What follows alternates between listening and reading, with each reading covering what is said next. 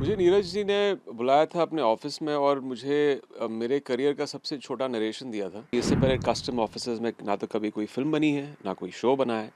एक बहुत नई दुनिया है।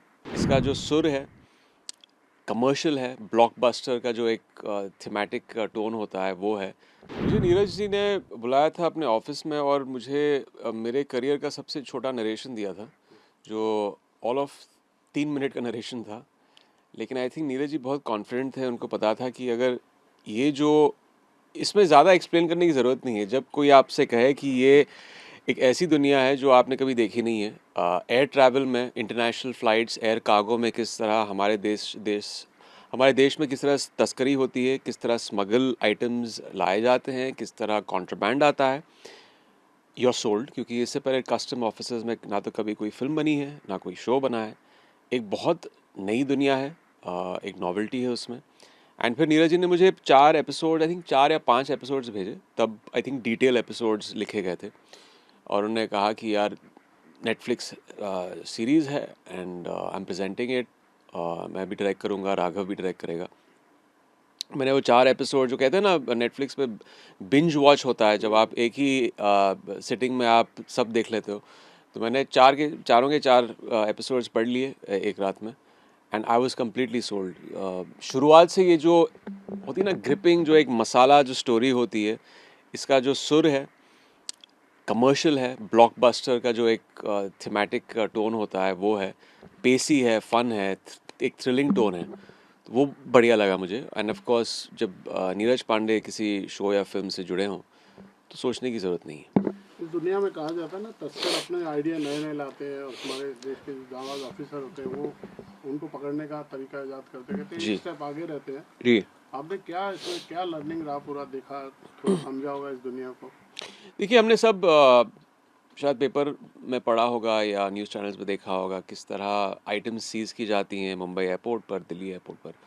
लेकिन शायद ही कोई जानता हो कि ये जो एक बहुत ही वेल ऑयल्ड, एक सिस्टमैटिक एक दुनिया है, जिस तरह इन चीज़ों को लाया जाता है हमारे देश में। स्मगलर्स जो विदेश में रहते हैं और वो वहाँ से किस तरह एक बहुत ही प्लान्ड तरीके से इन चीज़ों को लेके आते हैं आपके देश में। ये एक बहुत ही इंटरेस्टिंग और आई थिंक नई दुनिया सब लोगों के लिए। तो जब पहले एपिसोड से ही आपको पता चलता है कि अच्छा ऐसे कंसील करके लेके आते हैं बैग्स में, एयर कार्गो में, किस तरह इंटरनेशनल डोमेस्टिक फ़्लाइट्स दोनों में ऐसी चीज़ें होती हैं। तो मैं ज़्यादा रिवील नहीं करना चाहूँगा इसमें, क्योंकि नहीं नहीं, वो हम मैं लोग चाहेंगे आपके तो स्पॉइलर एक्सपीरियंस तो। वही हो अच्छा होगा अगर आप शो में देखें।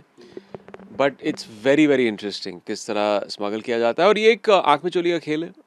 जब ये चीज़ें जब्त होती हैं एयरपोर्ट पर, जब सीज़ होती हैं, तो स्मगलर्स भी एक तरह से चौंकन्ने हो जाते हैं और उनको भी कहीं खुद को रीइन्वेंट करना पड़ता है। अच्छा ये ऐसा पकड़ा गया था, अभी हमें कुछ नए अनोखे तौर तरीके इस्तेमाल करने पड़ेंगे इसको कंसील करने के। वो भी है हमारे शो में। एंड दूसरी तरफ जो हमारे कस्टम ऑफिसर्स हैं, वो किस तरह उनका ग्राउंड वर्क होता है, रिसर्च होता है, किस तरह वो इन चीज़ों को सीज करते हैं, वो भी बड़ा ही इंटरेस्टिंग है उनका नेटवर्किंग या जो भी उनका। है। डेफिनेटली जैसे वो चीज़ है जो मैं एक बार पढ़ी कहीं, कि it's not about checking bags, it's about reading people. वो लोग किस तरह रीड करते हैं एक लाइन में, ग्रीन चैनल या रेड चैनल में। और उससे पहले भी जब किसी पे सस्पिशन होता है तो किस तरह का ग्राउंड वर्क होता है, महीनों लग जाते हैं रिसर्च करने में, उनकी ट्रैवल हिस्ट्री पढ़ने में। उनका जब जब आ रहे हैं किसी शहर में तो आधे ओवर पैक्ड, अंडर पैक किया है उन्होंने, क्या फ्रीक्वेंट विजिट्स हैं, वो लाइन में किस तरह उनका बॉडी लैंग्वेज है, फ़ोन पे लगे हैं या ज़्यादा नर्वस हैं या ओवर कॉन्फिडेंट हैं। ये सारी चीज़ें प्रोफाइलिंग में आती हैं कस्टम ऑफिसर्स की। तो वो भी बड़ा इंटरेस्टिंग है। कई बार तो जब चेक इन कर रहा होता है इंसान, तभी टिप मिल जाती है कि ये कुछ सस्पिशियस लग रहा है और उसको हाँ। पूरा ट्रैवल पे ट्रैक किया नहीं नहीं, ऑफ जाता है। कोर्स। और जब लैंड किया तब उसको। या जैसे आप कुछ खरीदते हैं अब्रॉड, विदेश, तो वो पूरा बैंक लॉग सिस्टम से आपके नेटवर्क से आपके गवर्नमेंट तक पहुंच जाता है। कितने की चीज़ खरीदी है आपने, वहाँ पे वैट अगर आपने क्लेम किया तो वहाँ से फ़्लाइट निकलने से पहले यहाँ पे इंटीमेट कर दिया जाता है अथॉरिटीज़ को। ये वेट करते हैं कि क्या लेके आए हो आप, ये फिर डिक्लेयर करेगा या कि नहीं करेगा, वो सारी चीज़ें। पर्सनल लाइफ में ऐसा कभी कुछ हुआ, आप कोई ऐसा सामान लाए हो जिसपे कोई ऑब्जेक्शन लगा हो, ड्यूटी भरनी पड़ी हो या ऐसा कुछ? नहीं, ड्यूटी तो जब हुआ करता था 90s में एक दौर चला था जब दुबई से बहुत लोग VCR ये और ये वीसीआर लेके आते थे, सोनी ट्रिनिट्रॉन के टेलीविज़न सेट्स लाया करते थे सब लोग। तो मेरे फादर भी लेके आते थे, माय ग्रैंडमदर, तो हम लोग उस ऑब्वियसली उस पर ड्यूटी भरी जाती थी। बट आई थिंक हमेशा मुंबई एयरपोर्ट पे व कहीं पर भी बहुत वेरी कॉर्डियल, बहुत स्वीट रहे जो भी मिले हैं एयरपोर्ट पर कस्टम ऑफिसर्स। बहुत इंटरेस्टिंग होगा जब वो ये शो देखेंगे तो उनका क्या थॉट प्रोसेस क्या होगा, क्योंकि ये बहुत ही एक वेल रिसर्च शो है। नीरज जी, पूरी टीम, राघव, सब लोगों से बात करके, सीनियर लोगों से बात करके ये सब कहानियाँ बटोरी हैं और उनसे बात करके ऐसे सीन्स ये सब इंटरस्पर्स किए हैं। आप मिस कर रहे हैं वो कल आपको छेड़ा भी गाने वाने इस फिल्म, मतलब इस पूरी सीरीज में कोई गाना नहीं है? नहीं, जैसे मैंने कहा ना कि अच्छा बैकग्राउंड म्यूज़िक है यहाँ पे, इससे काम चला लीजिए, हाँ क्योंकि आपको आई थिंक गानों की कमी महसूस नहीं होगी, बिकॉज इतना पेसी, इतना फन शो है कि आप इसी एक नैरेटिव में अब्जॉर्ब हो जाएंगे। वो जो पकड़ है शो का पहले फ्रेम से, उसकी कभी आपको महसूस नहीं होगी गानों की। और आपको जो रोमांटिक एंगल है वो भी आपने बोल दिया कि कल इमरान हाशमी है तो रोमांस तो होगा। वो अभी मैं पूरा खुलासा यहाँ नहीं करूँगा, आप देख लीजिए, शो देख लीजिए। ओके।